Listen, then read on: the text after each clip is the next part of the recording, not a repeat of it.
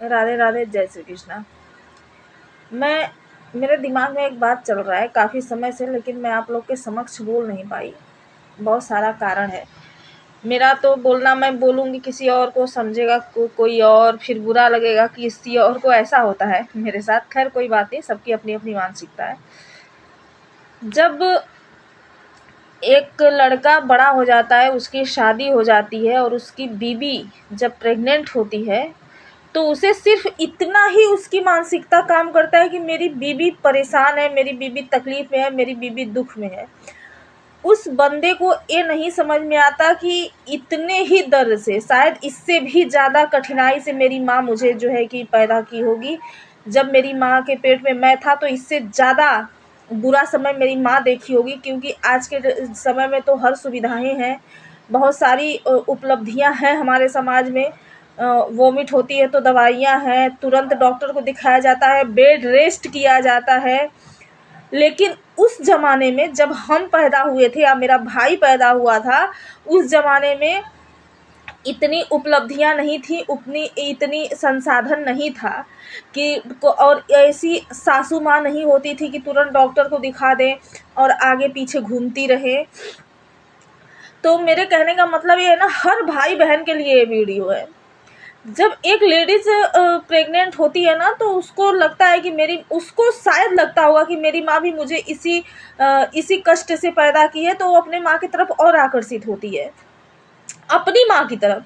लेकिन उसके माइंड में ये नहीं आता कि मेरी सासू माँ भी इतने ही तकलीफ से अपने बेटे को जन्म दी होंगी या दी हैं, और पाली पोसी है, पढ़ाई लिखाई है, बड़ा की है। जब वो शादी कोई भी हो, लड़की का शादी हो या लड़का का शादी हो, कोई भी हो, जब लड़की वाले लड़का देखने जाते हैं और उनको लगता है कि मेरी बहन या बेटी के काबिल है, तब वो हाँ करते हैं। और लड़की के साथ भी ऐसा होता है, जब लड़के वाले लड़की को देखते हैं या लड़का लड़की को देखता है तभी पसंद करता है, जब उसको लगता है कि हाँ मेरे काबिल है, ये देखने में ठीक है, बोलने में ठीक है, आवाज़ अच्छी है, सब कुछ देख सुन करके तब शादी होता है। लेकिन माँ पेट में से प्यार करती है जब देखी ही नहीं होती कि मेरा बच्चा काला होगा, कोतड़ होगा, लंगड़ा होगा, लूजा होगा, या मेरी बेटी कैसी होगी, कानी कोतड़ होगी, काली कलूटी होगी या गोरी चिट्टी होगी, कुछ नहीं पता होता है, या कुकर्मा या कुकर्मी होगी, कुछ नहीं पता होता है।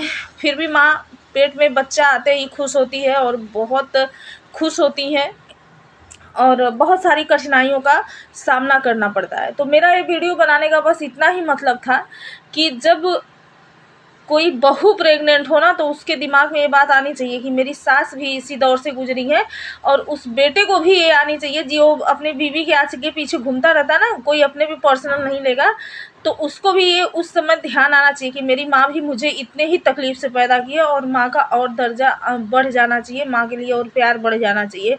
क्योंकि एक बच्चे को पैदा करके शादी तक ले जाने का, मंडप तक ले जाने में ना एड़ी घिस जाती है, एड़ी घिस जाती है।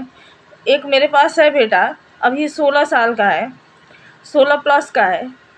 हमें पता है, और हमें ये भी पता है कि मेरी माँ ने हमें कैसे पाला पोसा, कैसे पैदा किया। जब से हमने होश संभाला है, हमने देखा है, वो हमारा कर्म है। जो आज भी हम ठोकरें खा रहे हैं, आज भी हम तकलीफ़ से जूझ रहे हैं, ये मेरा कर्म है।